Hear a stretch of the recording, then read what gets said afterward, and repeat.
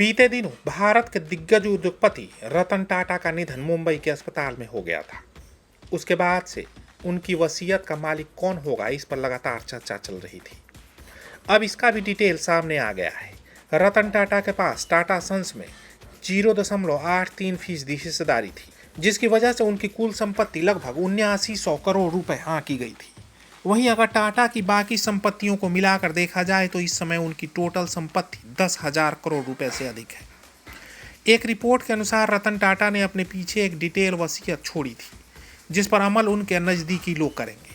वसीयत में उनकी सौतेली बहनें सीरीन और डायना जेजीवॉय, वकील दारायस खम्बाटा, उनके घनिष्ठ मित्र मेहली मिस्त्री का नाम शामिल है। हालांकि वसीयत की पूरी डिटेल सार्वजनिक नहीं की गई है, लेकिन यह स्पष्ट है कि टाटा की संपत्ति का एक बड़ा हिस्सा चैरिटी के लिए समर्पित किया जाएगा।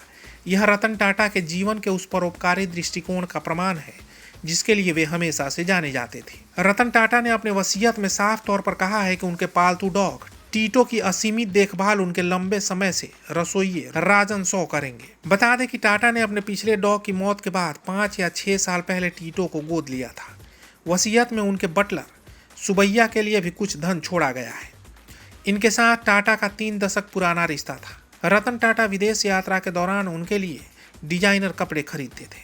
इसके अलावा टाटा ने अपने एग्जीक्यूटिव असिस्टेंट शांतनु नायडू का नाम भी वसीयत में शामिल किया है। उन्होंने नायडू के कंपनियनशिप वेंचर गुड फेलो में अपनी हिस्सेदारी छोड़ दी है और नायडू के विदेश में पढ़ाई का खर्च भी माफ कर दिया है। रतन टाटा की संपत्तियों में अलीबाग में 2000 वर्ग फुट का समुद्र तट पर बंगला, मुंबई में जूहू तारा रोड पर 2 मंजिला घर, 350 करोड़ रुपए से अधिक की एफडी और 165 अरब डॉलर के टाटा समूह की होल्डिंग कंपनी टाटा सन्स में 0.83% हिस्सेदारी शामिल है, जिसे रतन टाटा एंडोमेंट फाउंडेशन को ट्रांसफर किया जाएगा। टाटा समूह की चैरिटेबल ट्रस्टों को शेयर देने की परंपरा को ध्यान में रखते हुए उनकी हिस्सेदारी रतन टाटा एंडोमेंट फाउंडेशन को ट्रांसफर की जाएगी। सूत्रों की माने तो टाटा सन्स के प्रमुख एन चंद्रशेखरन आरटीईएफ की अध्यक्षता कर सकते हैं। कोलाबा में हेलकाई हाउस का स्वामित्व इवाट इन्वेस्टमेंट के पास है। यहीं रतन टाटा अपने निधन तक रहते थे। इवाट इन्वेस्टमेंट टाटा सन्स की 100% सहायक कंपनी है। इसका भविष्य इवाट द्वारा तय किया जाएगा। रतन टाटा ने खुद हेलकाई हाउस और अलीबाग बंगले दोनों को डिजाइन किया था। हालांकि अलीबाग संपत्ति का भाग्य अभी भी काल के गर्भ में है।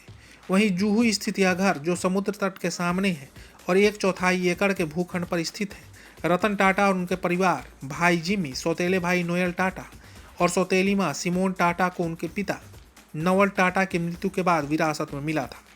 सूत्रों का कहना है कि यह 2 दशकों से अधिक समय से बंद है और अब इस संपत्ति को बेचने का प्लान है। रतन टाटा के पास 20-30 कारों का बड़ा काफिला है, जिसमें कई लग्जरी मॉडल भी शामिल है। यह काफिला फिलहाल हेलकाई निवास और कोलाबा में ताज वेलिंगटन म्यूज सर्विस अपार्टमेंट में रखा हुआ है। इन पर भी अभी विचार किया जा रहा है। इसके अलावा रतन टाटा के कई पुरस्कार और सम्मान टाटा सेंट्रल आर्काइव्स को दान कर दिए जाएंगे, ताकि उनकी विरासत भविष्य की पीढ़ियों के लिए सुरक्षित रहे। $100 बिलियन से ज़्यादा के टाटा समूह का नेतृत्व करने के बावजूद रतन टाटा समूह की कंपनियों में अपनी सीमित निजी हिस्सेदारी के कारण अमीरों की लिस्ट में नहीं आए। उनकी वसीयत को बॉम्बे हाई कोर्ट द्वारा प्रमाणित किए जाने की उम्मीद है। इस प्रक्रिया में अभी कई महीने लग सकते हैं। मेहली मिस्त्री, जो रतन टाटा के नज़दीकी मित्र थे, उन्होंने टाटा ट्रस्ट के साथ भी लंबे समय तक काम किया है। टाटा ट्रस्ट, जो टाटा सन्स का 52% हिस्सा रखते हैं, कंपनी के संचालन में महत्वपूर्ण भूमिका निभाते हैं। इन ट्रस्टों का काम सामाजिक और परोपकारी गतिविधियों में निवेश करना है, जो रतन टाटा के विचारधारा का प्रतीक है। वकील दारायस खम्बाटा ने स्पष्ट किया है कि उन्होंने न तो वसीयत का ड्राफ्ट तैयार किया था और न ही इसके बारे में कोई सलाह दी थी। उनके अनुसार उन्होंने रतन टाटा की वसीयत को पहली बार उनके निधन के बाद देखा। आखिरकार वसीयत के एग्जीक्यूटर की यह जिम्मेदारी है कि वे रतन टाटा की अंतिम इच्छाओं का पालन सुनिश्चित करें। टाटा की वसीयत यह साबित करती है कि वे संपत्ति से अधिक परोपकार को महत्व देते थे और उनका जीवन हमेशा समाज के लिए योगदान करने पर केंद्रित रहा। आज के लिए बस इतना ही, लेकिन अगले अंक में किसी और मुद्दे पर चर्चा करेंगे और उसके बारे में तफसील से जानकारी देंगे।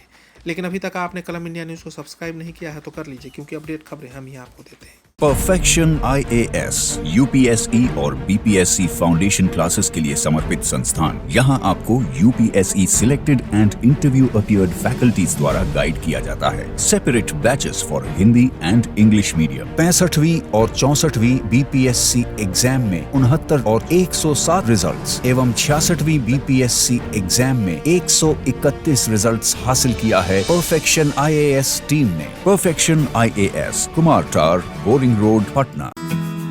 क्वालिटी से कंप्रोमाइज नहीं, अंतर्राष्ट्रीय गुणवत्ता की टाइल्स, सैनिटरी वेयर और बाथ फिटिंग्स उत्पादों के लिए एक बार मौका देकर देखें। श्री इंटरप्राइजेज, सेरा टाइल्स, दिग्गी कला, हाजीपुर।